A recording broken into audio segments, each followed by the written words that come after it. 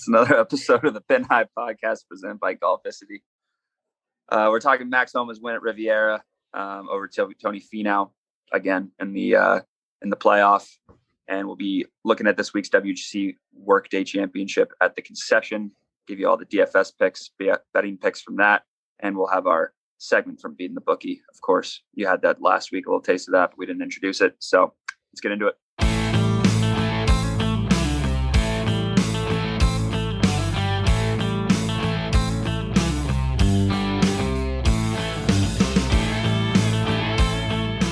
Okay, let's go inside the ropes.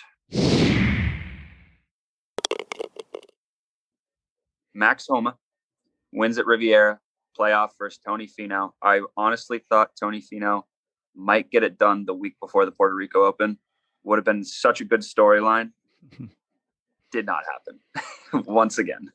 Whatever. I mean, it was still a good storyline. I mean, Tony Finau should have had no chance of winning this tournament. I mean, Max Homa had a 3-foot putt on 18, hit an unbelievable approach shot, and he whipped it out. I mean, he literally the broadcast is like, he was like, "Oh, I see it like left edge," and the broadcast is like, "No, it's straight." And he hits it left edge and whips out on the left side. So that's like the last putt I watched. Like that's one of the last shots I watched. Or like I turned it on for a little bit earlier, and then I turned it on right at the end before that putt.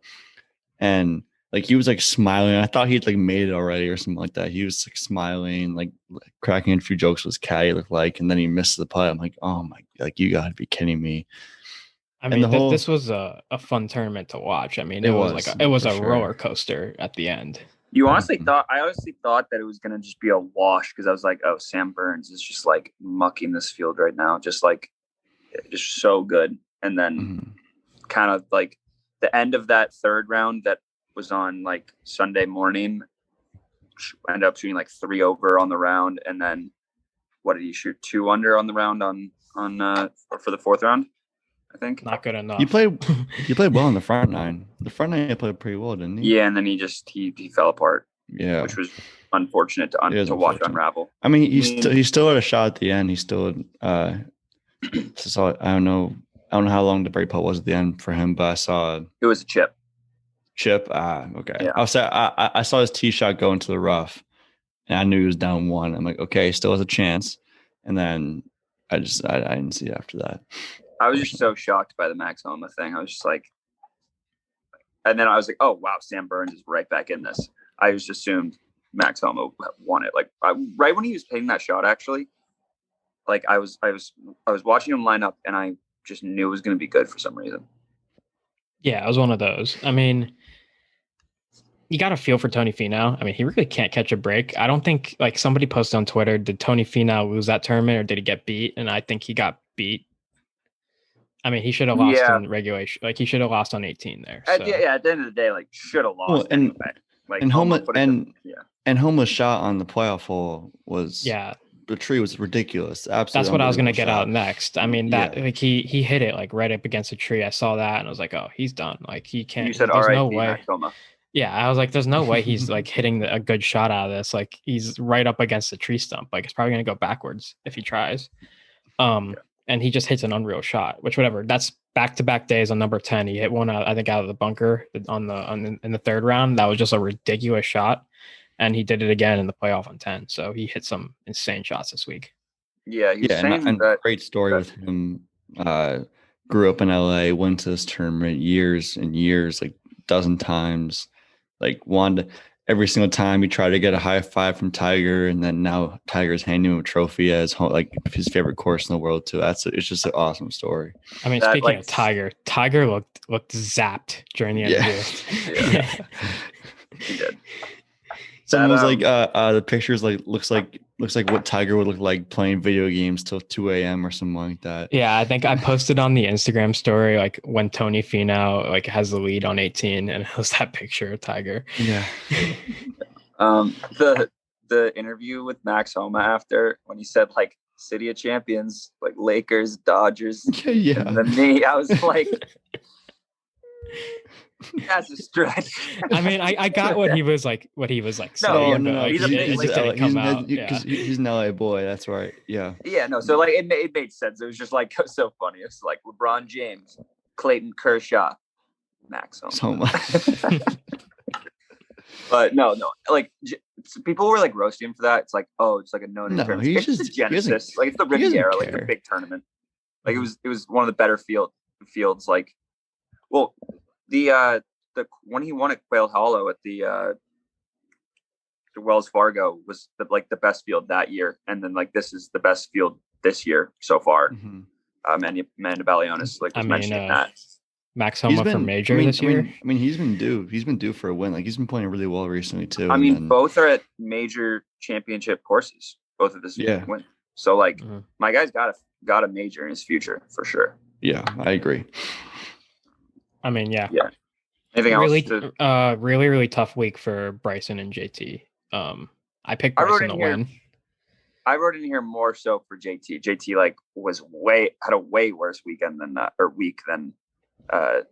Bryson. Bryson actually shot 2 under on the second day. He just wasn't enough. But like it was. I mean, we had like I even read your bets article. You liked Bryson too. I had Bryson winning. Like that was a big letdown because like it looked like he would have played well at this course, but I guess not. I think he'll bounce back next week. I think JT will bounce back too. I mean, JT was dealing with the death of his grandfather, who he was very close with. And I think his head wasn't in it this week. And like, when do you ever see JT shoot 8 over? Like it never happens. So I mean, Rory shot 7 over too. Like there were big names shooting big numbers. I mean, whatever. Saturday was tough. So Saturday, I sent a screenshot of the like the scores to Pat.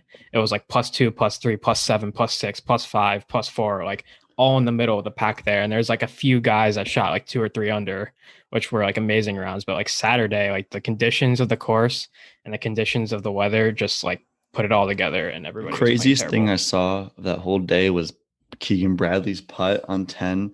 And he putted it and just took like a 90-degree turn and rolled all the way off the green, like 40 feet away from the hole. I posted that one on the Instagram story too. It was like how's the wind out there today? Everybody like it's fine, and then the wind and his putts just you gotta be off the green. Imagine doing that, and the horn blows like 5 minutes later or something like that. You're like, I couldn't have blown 10 minutes ago before I putt that. Tough for Keegan Bradley backers this week. Talk about a bad beat for Trev's like top 40 pick for Joaquin Niemann. Yeah, Joaquin Niemann 80 got 7 over on the day that on Saturday. Yeah, to go from like 8 under to 1 under, and then he just played bad. He ended up T43 or 43, I think. So like right above him was like T37. So if he finished if he finished 1 stroke better, he would have finished in the top. I would say I kept looking all week. I'm like, yeah, like Neiman's gonna do well. He's gonna make the top 40, and then you said it. I looked at his scores. I'm like, you gotta be kidding me! Like he played that bad. My guy Will Zalatoris, he like birdied out like the last 3 holes, and ended up finishing like T15 or something. Like he was at like T27, so that's kind of like in the middle there. It's like if he bogeys like 2 holes, like he's out of this, right? And he birdied like the last 3 holes, so good for him. Yeah. Good for him. And I just want to go on the Tony Finau, the stats. 37 top 10 since his last win, which is 21 ahead of the next closest person. 21 top 5s, next closest 10 ahead of the next closest person. 8 runner-ups since 2017. I mean, Mr. Runner-up, him and Xander Schauffele, just one of them's finishing second every week.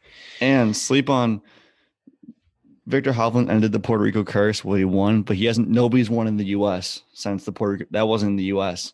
So nobody's won in the U.S. since they won the Puerto Rico Open. So now we're stretching it to that. Okay. Yeah, now we're stretching it. We're gonna stretch it as long as we possibly can. I mean, like Tony Finau's got to get one done. Like at some point, he will. He's getting so close. One came out of nowhere. I know exactly. He came out of nowhere. He did. And he did his job on 17 and 18. Like he got out of a birdie and a par, I think. So like, I mean, he didn't lose it this week. I think he got beat. Yes, he did. Well, and he also didn't like. He wasn't even supposed to be in the playoff anyway. If Max Homa makes that putt, so right. Is there anything else we want to go over for Riviera? Or do we want to move into People's Champ? Yeah, let's move into People's Champ. All right, so this week's People's Champ of the Week It's presented by Twisted Tea Impact. It's like a training aid. This guy reached out to us, and I was looking at the Instagram. Seems like a good thing to like use on the range. It's kind of hard to describe. It almost looks like like an L that sticks into the ground, like you kind of stick above one the and ball. one goes over the top of the ball, and like it makes you hit underneath the ball, and Exactly, give you pretty good results. Yeah, like you're not going to thin it. It's going to like more positive impact of the ball. Yeah, pretty much it's an easy, compact way to improve your impact on the ball. So yeah, it's not going to break the bank for you. It's not like an expensive thing. So yeah, you can go to give them a follow on Instagram. Yeah, it's twisted_T_impact_aid. Follow them on Instagram. Just a little something to use at the range. So yeah, this week's People's Champ of the Week. I was told this by my roommate this morning because we were doing some research so we can actually win at DraftKings one week for once. And so it's Jack Nicklaus and Tony Jacklin are our People's Champs of the Week. They created this course together at the concession in Bradenton, Florida, and they wanted to like host Ryder Cups and majors, and they finally obviously get a good tournament for once. I think what you said that NCAAs has been here, but that's about the it. The NCAAs has been there twice. I think Bryson won in 2015. So yeah. So, but like nothing like huge, no PGA Tour events. Like this week there's nothing to base your pick on like off of like a course horse or something. But the reason it's called concession is actually pretty cool. In the 1969 Ryder Cup, Nicklaus, like he holed out for par from like off the green, and then he gave Tony Jacklin he gave him like a tough slider, like 3-footer, because he didn't think he'd miss it. But he also was like, I didn't want to give you the chance to miss it. So like it's called concession. Mm-hmm. And Tony Jacklin was the one. It's a pretty cool name to think, like the pretty cool story behind the name, but you don't really hear it that much. I feel like on PGA Tour courses, like something like that. Yeah, the reason I would you rather give him that or don't give him that 3-footer and he misses it, or have this cool like PGA Tour course named after you, kind of? I mean, knowing if it was Jack Nicklaus against this guy in a Ryder Cup, I'm assuming Jack Nicklaus won the event anyway. He was probably cocky and just gave him the putts to be also like, all right, I'm gonna win this event anyway. So I'm gonna win this match anyway. It's also I kind of go with the concession, like the tour, the golf course name. I think that's pretty cool. It's kind of baller to just like be like, yeah, that's good after you just hole out. Mm-hmm. Yeah, it is. Yeah, savage. Take it. So sure. And now there's the concession named after him, which is pretty cool. Yeah. Yeah. So let's move into the stat of the week. Okay, so stat of the week, we got 2 this week. I'm going to start with Max Homa since he won this week. So during the week, Max Homa was pretty good inside 5 feet, I would say. He was actually 55 for 56 on putts inside 5 feet until he reached the 18th green and couldn't make that 3-footer to win. And then on the first playoff hole, he couldn't make a 4-footer to win. But then he still ended up winning. But 55 of 56 inside 5 feet the entire week, and he missed the 2 like most important ones, but he still won. I'm glad he won even after missing those putts. That would have been so bad. Yeah, he would have been devastated too. Except that would have been the way that Tony Finau got his next PGA Tour win. Like that's just the way it's going to happen. The other stat of the week, Dustin Johnson. He's been really hot this year, as you know. Pretty historic year, I guess. So Dustin Johnson hasn't shot over par on a Sunday round since the 2020 Genesis Open a year ago. This Sunday, and he was +1 in that round. This Sunday, 2021 Genesis Open, Dustin Johnson +1 on Sunday. So not his place. It's kind of weird stuff. I just want to raise, how is that possible with the US Open? Didn't he play in it? On a Sunday. Oh, on a Sunday. Yeah. Yes, on a Sunday. Gotcha. Okay, I guess he played well on Sunday. He's been a closer on every tournament. Like he's been under par every Sunday for a year. That's crazy. And this Sunday again at the Genesis, also +1. And like it's +1. +1's not a terrible round. Yeah, especially at Genesis. At all.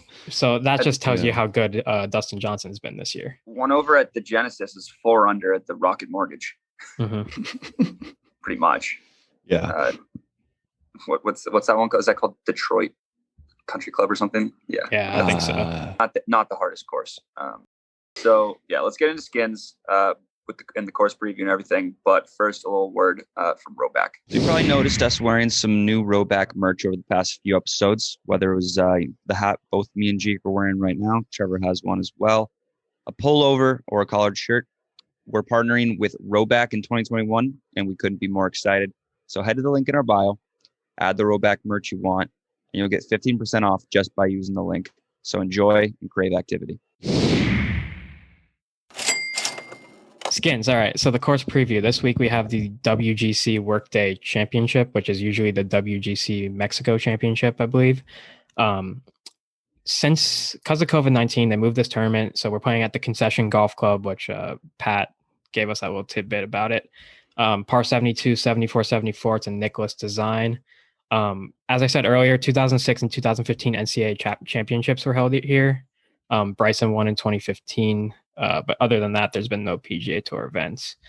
But just some of the course characteristics. There's smaller greens that have like tricky contours, and they're going to be pretty fast, the greens this week. There's not a lot of course history, so good luck making some picks this week. But you could probably correlate it between a bunch of other Nicklaus courses. Murfield Village is a good one to correlate with. Key stats, I would go strokes gained approach and strokes gained around the green. Those are good ones when you don't know much about the course. And apparently there's a lot of bunkers, so sand saves gained is going to be important. And then just this week, WGC no cut 72-man field. The bunkers are so tough here. I was reading something today that like that the greens obviously like they're very similar to like Riviera, and also like there's characteristics from Muirfield Village and there's characteristics from Royal Melbourne, and like it's just like a Royal wacky Melbourne course that they just modeled after all these like pretty much like all these nice courses, like very difficult courses. And yeah, I saw like a view from like I think like the 10th hole, like the bunker shot, and it's like how do you even get that up and down? And then one last thing for the course preview. I think what kind of grass is the greens? It's like Bermuda? It's Bermuda. Bermuda, yeah, they're back to Bermuda. Plays like POA and like bent grass apparently because they roll the greens like twice a day. Yeah, they're making it. They're making it very fast. Like the greens are going to be lightning this week, I believe. Yeah, I would be surprised. This is going to be like single digits winner, I think. Let's go! I love that. Yeah. I don't know why I always love watching a new course like something like that, like something I haven't seen before, and like Seminole. Like Seminole was really cool to see, and like even like every US Open course, like you haven't seen this before, but like this is like it's new. It'll be fun to watch. So, I mean, it makes it harder for us to make picks, but it is fun to watch. So before we get into the next segment, Beating the Bookie, it's got a couple of picks for you guys. Like you did last week, and we'll see you on the other side of that.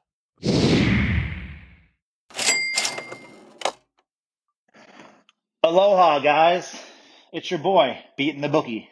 Happy to be back once again on the Pin High Podcast. Last weekend, we came up frustratingly short as Dustin Johnson faded down the stretch and Max Homa overtook Tony Finau in the playoff. This weekend, hopefully we have some better luck as we head to Florida for the Workday Championships. I have 4 free plays for you guys, so let's get started. My first free play is an outright winner. I like Jon Rahm to win this tournament at 10-1. He is a second betting favorite behind Dustin Johnson, and I think Jon has what it takes to win this week. He had the best final round at the Genesis, and I think he's finally getting into a new groove with his clubs. My second free play is a top 10 finish for Tony Finau at plus 175. We all know that Tony choked in the playoff last week. He should have won. Tony has been very consistent this season, and he seems to finish in the top 10 as he puts together at least 1 or 2 lights-out rounds per tournament.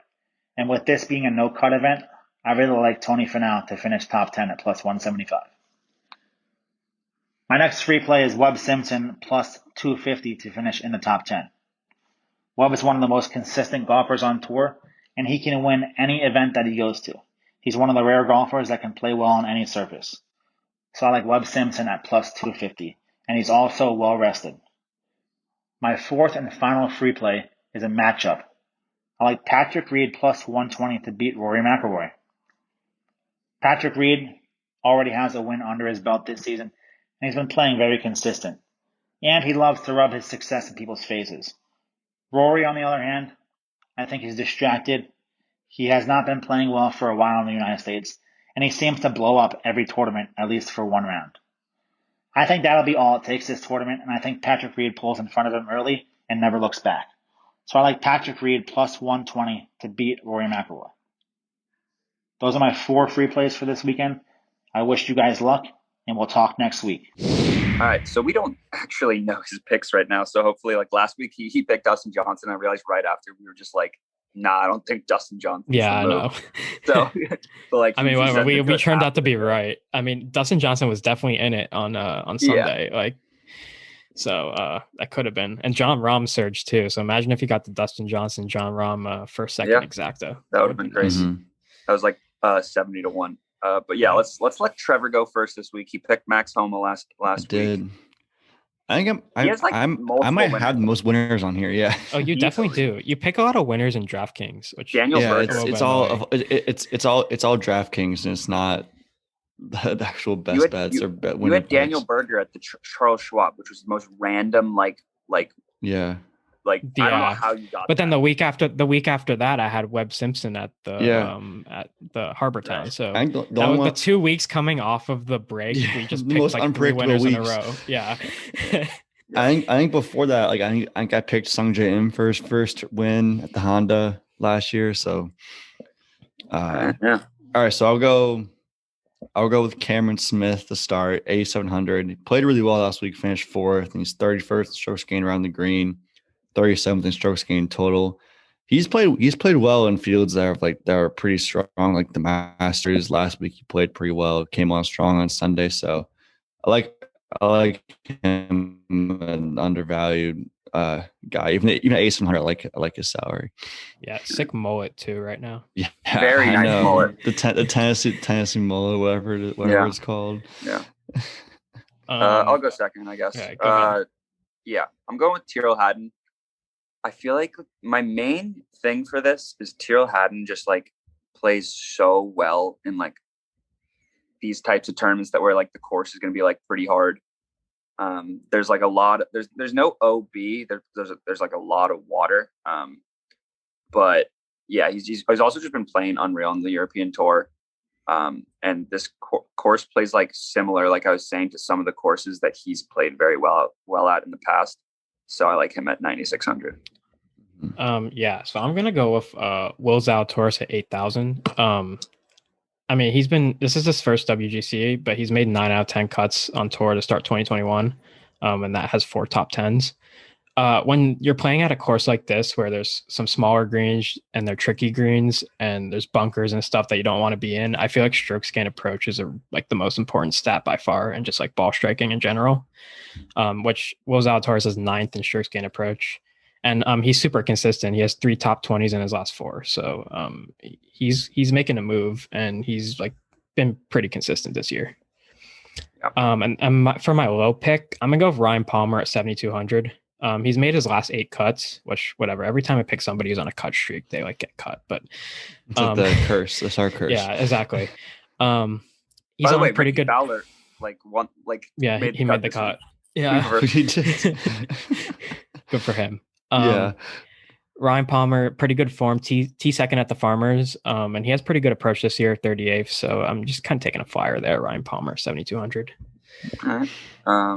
Yeah, and then so my low one is like very low, but it's actually like a pretty good pick in my opinion. It's Lucas Herbert. He's 6,200, which is like so low. I think the lowest you can get is 6,000. But yeah, you have to kind of find some value in weeks like this because so many guys are like so high priced. But he's played well in Europe. He had a solo 22nd, solo 25th finish in his last 2 out of his last 3 events. And the last time he played in the US, he was 31st at the US Open. You know, the US Open obviously also a difficult course. Like so, I feel like a lot of these European guys are just really good at managing courses. Like these 2 guys that I've picked, Tommy Fleetwood. I bet Tommy Fleetwood will do well this week. Like I don't know. I feel like it's 6,200 is worth a flyer.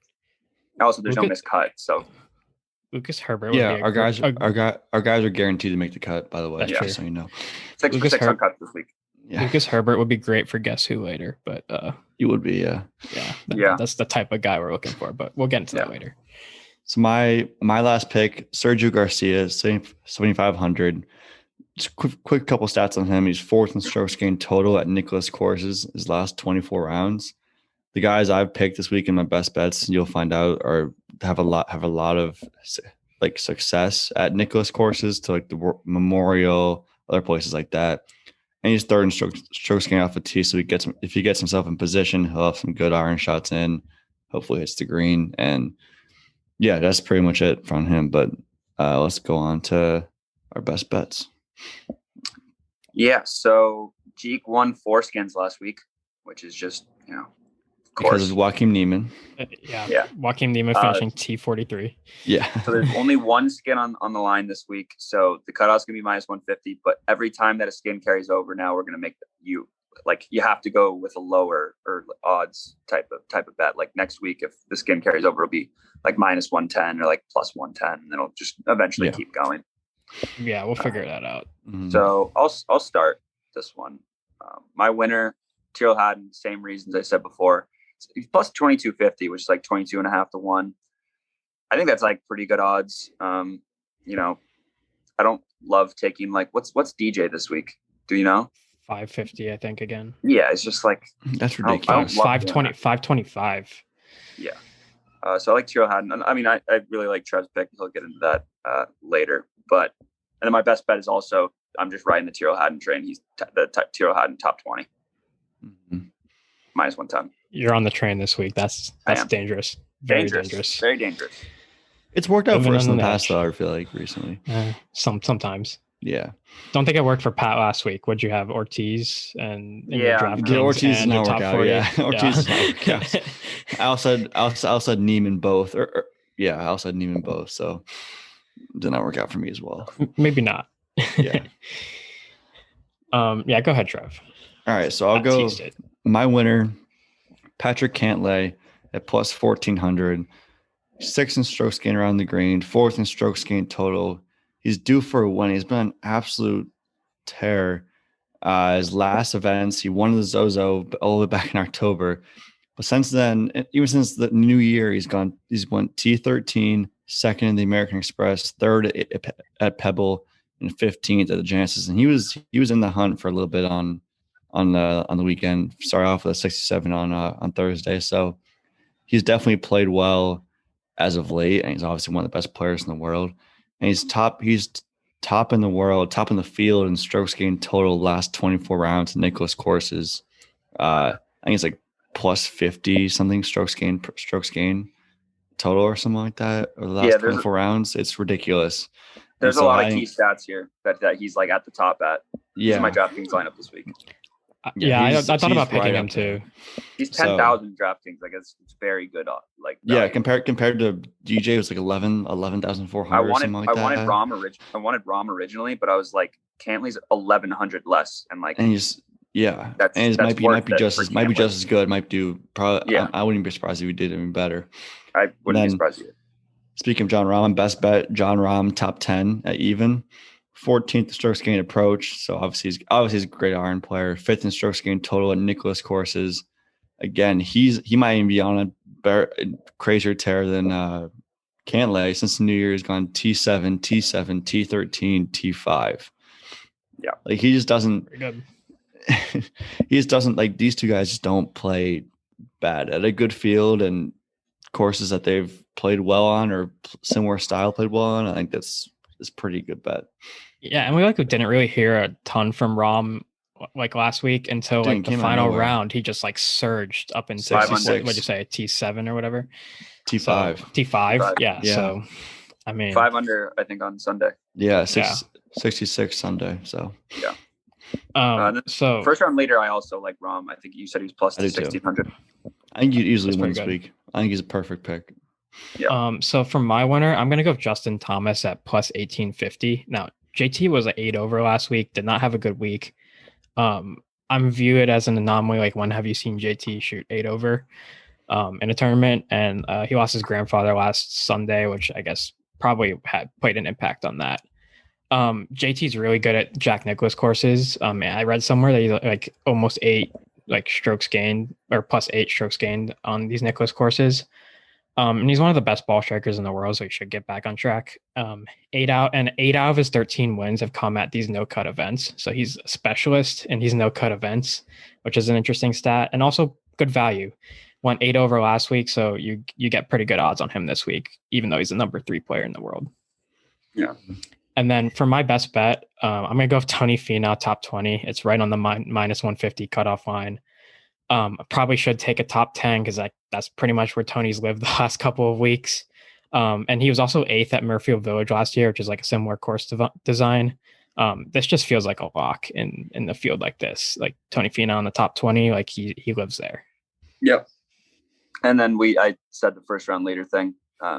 Like that. I feel like, are you guys comfortable with going Rom? I like week? Rom. Yeah, like Rom's Rom good. All right. Yep. Rom plus 1600. And then we got our bonus Puerto Rico Open picks. We're basically picking who we think's gonna, ruin their career and not win another tournament in the U.S. because Victor Hoffman. Yes, the U.S. It's a big deal now.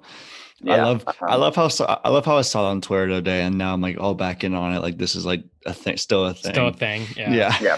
Puerto Rico curse. We're all the way back in on it. But if they're in Europe or Mexico, like they can win a tournament. Tony Finau is going to win the WGC Mexico next year, like in Mexico, and that's going to be the rest of his only win the rest of his career. I mean, so the field this week, the Puerto Rico Open, I think Thomas Peters comes in as a favorite at plus 1400. So he's low key a guy who could win this tournament because like he mostly plays in Europe. So I mean, he'll win this tournament and then go back to Europe. Still have a good career. You got Emiliano Grillo, Ian Poulter, Matt Wallace. Those two, Ian Poulter, Matt Wallace. They can like. I'm picking a U.S. guy though, so I don't want to see him win. I'm going Patrick Rogers. There's no reason. I just know he has no PGA Tour wins, so I'm just gonna go. This is first and last one. First and last one. I'm going with Will Gordon. I actually think plus 5,500 is pretty good odds on him. Like, that's honestly that is really good odds. The Puerto Rico Open, it just seems like a guy who might win. Yeah, I agree with that. I like that pick. I actually think that actually could happen. Your career's over if you win this week. So. Yeah. Good luck, Will. I mean, Will Gordon came out of nowhere to make it even this far. So, I mean, I guess if he wins, good for him. I'm going with Jonathan Vegas at plus 4,500. This tournament just speaks like a tournament like he would do well in. I don't know why. He always plays in these like off week tournaments, and I feel like he plays well in most of them. And he's also another guy I could see like just not getting another win after the Puerto Rico Open. So he's another guy that I could easily see. I'm honestly hyped to see who wins this week. Yeah, so am I. Yeah. Watch it be someone we actually really like, and they're like, watch it be like Kiradeci Afi Bonrat or whatever. Or my guy, there's so many. Christopher Ventura, like our guy. Yeah, he'll be. I feel bad for him. I like him. Imagine this could be the Oklahoma State tournament. Victor Hovland, now Christopher Ventura. Yeah. Imagine if Zalatoris played this week in the Puerto Rico Open, just wiped the floor, and then we'd be like, "Well, he can't win another tour event the rest of his career." That would suck. Yeah. So let's get in the clubhouse. Before we introduce a new segment, since we didn't have a who's hot, who's not this week, like we couldn't jinx anyone. Or reverse jinx anyone we said was cold. Cameron Champ's in the field this week, so that's basically our who's not of the week. So basically, he's going to win. Dating back, he's going to win. So honestly, look out for Cameron Champ. It's like 6,400 this week in DraftKings. Like I don't know if he's listed as out. Like obviously he's not out. He's in the field. So I just feel like no one's going to pick him in their DraftKings lineups, and you might just like sneak him in the bottom, and just hope he plays like pretty well. I mean, if you believe in the reverse jinx, I mean, look, Ricky Fowler, what did he come this week? He was like 1 under at one point on Sunday. So like, must have been up there. I mean, Cameron Champ cutting his last two. Are we picking someone to make the cut this week too? Because Jordan Spieth's not on the field. Yeah. Wait, anybody makes the cut this week? Oh, that's right. Makes a cut this week. Yeah. All right, let's pick someone. Let's pick someone. Let's pick someone. This week? Yes, I think he'll make the cut. Yeah, I think you will make the cut. You're right. You will make the cut. Oh, that basically continues the who's hot and who's not streak. If you like, he missed 2 cuts in a row, he's definitely gonna make the cut this week. Or hear me out. We could do Cameron Champ over under par for the week. Oh, I think it's gonna be over. I feel like this tournament is like, even if he does play like, say like T20 or T something, like T20 might be one over. You don't know. I'm gonna go with under. I like the reverse jinx. Okay. I like the reverse. Honestly, I like that too. I'm gonna go under as well. I could definitely see him being like 4 over though. So Jeek, how about you introduce this next segment we got to cap off the episode? It's a fun one. So I came up with a ton of segments this week, but this week we're gonna go with Guess Who is what we're gonna call this segment. And pretty much one of us is going to pick a golfer who's in the field this week. Say I'm picking a golfer this week. The 2 of you get to ask me 10 questions about said golfer, and I'll say yes or no. Like yes, no questions. And then you got to guess the golfer. You get 10 questions. One of your questions could be like, is the golfer Jordan Spieth? And so forth. All right. So and at the end of the 10 questions, we have to guess, right? At the end you have to guess. You get one guess at the end. Okay. Yeah. So I've picked a golfer. So one of your questions can be who, like, is it this person? Like, you can go out there if it's not your guy. Wait, so okay. Is he American? I picked the golfer. Good start. Yeah. He is not American. He's not American. Not American. Okay. Can I guess who it is? Can I just try to snipe it right now? You could try. That would be question 2. No. So actually, that was a good guess. That was a good guess. That's 2. Okay. Guess. That's 2 questions. Is he from Europe? Yes. That was a bad question. Of course he's from Europe. He's not from. All right, I guess not. He could be from. He could be from South Africa. Okay, wait. Is he team TaylorMade? Oh, that's a good question. Now you're gonna make me look at. I don't think so. No. Okay. So it's not Tommy Fleetwood. So that's 4 questions. Yes. So he's from Europe. Okay. This is tough. I'm kind of running out of questions. It is tough. Is he short? What do you define as short? You just gotta look up his height now. No, I got the height, but like, he's not short, but like, what would you define as short? Like 5'9" and under? Sure. No, he's not. Who's tall? Bitch. I don't even know how tall Shane Lowry is. 5'9" under. He could be 5'10". That's still kind of. Has he won in the past 3 months? No, I gotta search that up too. I was not prepared for this. Oh, so you gotta be prepared for these questions that we're gonna ask. Has he won in the last 3 months? I don't think so, but now I have to look at the European Tour. That's a hint. Plays in the so European Tour. He just gave it away. The European Tour. Well, he doesn't. A lot of people play on the European Tour. Yeah, true. But he's in this field, the last 6 months, or how many months did you say? 3 months. Let's go. No, he has not. Is he Spanish? No. Okay. Is he? Wait. We have two more questions left, Pat. We have to. I have a good Wait, what? You can say it to me, then we'll decide. Is he Scottish? Well, who's Scottish in the field? I think Robert McIntyre is Scottish. Who's Scottish in the field? Robert McIntyre. That narrows down to one person. Yeah, you're right.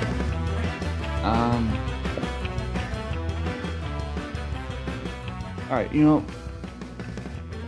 go with that. Is he Scottish? No, wait. Is he part of the UK? Like that's Scottish. Hold up. No, Scotland is part of the UK. Yes. Is UK. he from the UK? Is he from the UK? What is the UK? England, Scotland, Ireland, England, and Northern Ireland part of Northern Ireland. Yeah, count it for this. Yes, he is part of the UK. We have one more question. Yeah. One more question. I think he was about to say yes for the Scottish question, but I can't tell. No, I don't think he was. I think he was about to say no.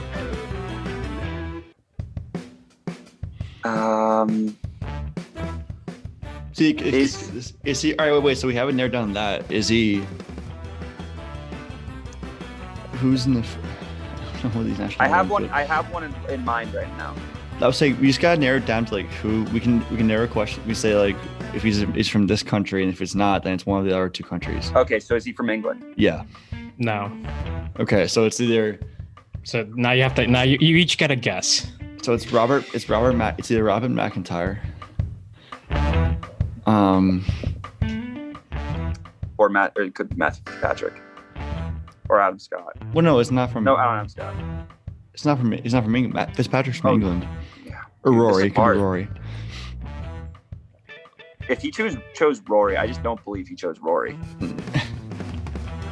What if I tried to make it easy for you the first time and you didn't get it? All right, Pat, you guess. Just guess him. Just guess McIntyre. I'm guessing McIntyre. No. All right, that's this segment's gone on too long. Shane Lowry, you literally dropped his name in the middle of the thing and you didn't say it. Is he not short? He's 6'1". Is he actually 6'1"? Yeah, Okay. he's 6'1", Wow. like 230. He's I think of him as like a 5'8" chubby guy. No, I thought one of your questions was gonna be like, is he a major champion? And that would have been yes, and then you would have gotten it. But there's so many not major champions in this. But this is such a big field that there's a lot of major champions. Yeah, I thought that was gonna be one of your European first, tour. If they play in the European tour, I thought that was gonna be one of your tour? like your first questions was like, is So he here's a what major happened in champion? my So you head. narrowed it down. Here's what happened. I saw Shane Lowry and I thought he was short. So I go, is he short? Is he 5'9" or under? And I was going to guess Shane Lowry if that was the case. So, Well, you had to look up his height. You didn't. So should have looked up his height. I get it. Yeah. I thought you were gonna. I was between Shane Lowry and Gary Woodland. I was just gonna go pick a major champion for the first time, and I thought maybe you would get it, but we'll get better at this. you didn't. So We will. We'll know the right questions. There's strategies. We gotta know the I think it's a good questions challenge. We'll have guess who, and then we'll have guess where, which is like guess like a PGA Tour venue. Oh, different time. Yeah, sure.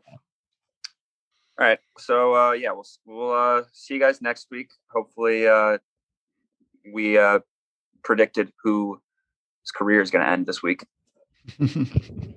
Sorry for them in advance. Should be sorry in advance. We'll see you next week.